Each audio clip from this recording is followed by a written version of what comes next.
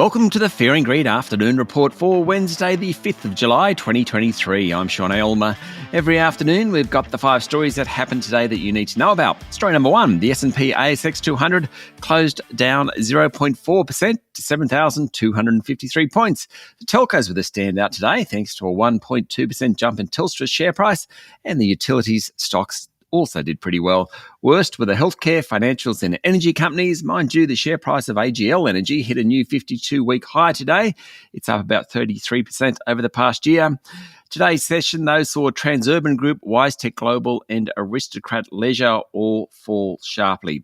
In corporate news, Johns Lyng Group has agreed to buy Smoke Alarms Australia and Linkfire, adding to its growing property services portfolio, and Treasury Wine Estates, maker of Penfolds, said it will close its Victorian commercial wine growing operation, Caradoc, after 50 years as lower consumption and rising costs weigh on the business.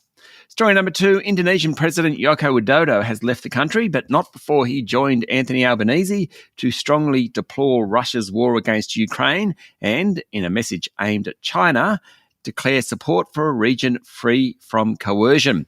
It was an unusually strongly worded communique, at least from Jakarta's perspective, and the two leaders stressed respect for international rules and the importance of diplomacy to avoid the risk of miscalculation.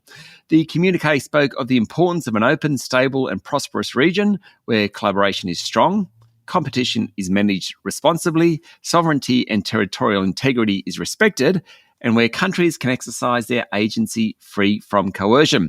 As part of the visit, Australia pledged $350 million to spur Indonesia's green energy transition and committed to working with the country to develop an electric vehicle industry. Story number 3, AMP share price tumbled 5% today, the worst of the top 200, after the federal court in Victoria ruled in favour of claimants against it in a class action known as the Buyer of Last Resort proceedings. The claim is related to AMP's changing of its Buyer of Last Resort policy back in 2019.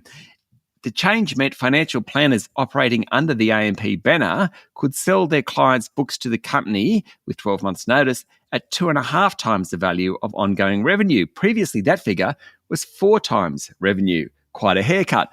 AMP will pay more than $900,000 to 2 financial advice outfits, Equity Financial Planners and Wellstone, and may be on the hook for more after the federal court called for submissions on whether other members of the class action should get damages.